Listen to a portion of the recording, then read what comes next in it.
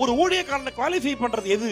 சுவிசேஷம் சொல்லும் பொழுது ஒரு ஊழியக்காரனை குவாலிஃபை பண்றது எது அப்படின்னா, அவன் பேய் ஓட்டுனாலும் அவன் ஊழியக்காரனை குவாலிஃபை ஆகல. அவன் சொல்ற தீர்க்க தரிசனம் அப்படியே நடக்கிறதுனால அவன் ஊழியக்காரனை குவாலிஃபை ஆக போறது கிடையாது.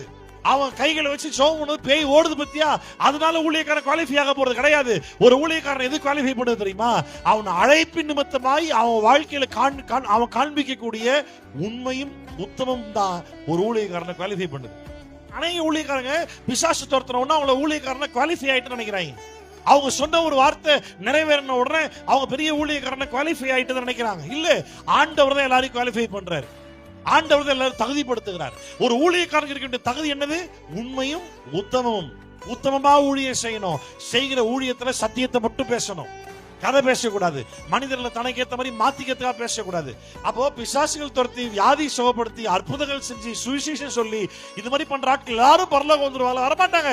அவன் கடைசி நாள் ஆண்டவரை பார்த்து கேட்பான், ஆண்டவரே உங்க நாமத்திலாம் பண்ணோமே. பண்ணதெல்லாம் உண்மைதான், அது உனக்காக நான் ஒண்ணும் பண்ணலடா. நீ ஏமாத்துக்காரன்றது தெரியாம ஒரு அப்பாவி மக்கள் வந்து உட்கார்ந்தாங்க பத்தியா, அவங்க ஒரு விசுவாசத்தோடு வந்து உட்கார்ந்தாங்க பத்தியா, அவனுக்காக நான் பண்ணேன். ஆமென். ஆண்டவர் இந்த ஊழியக்காரனை பார்த்து சொல்லுவாரா, நீ என் ஊழியக்காரனே கிடையாது.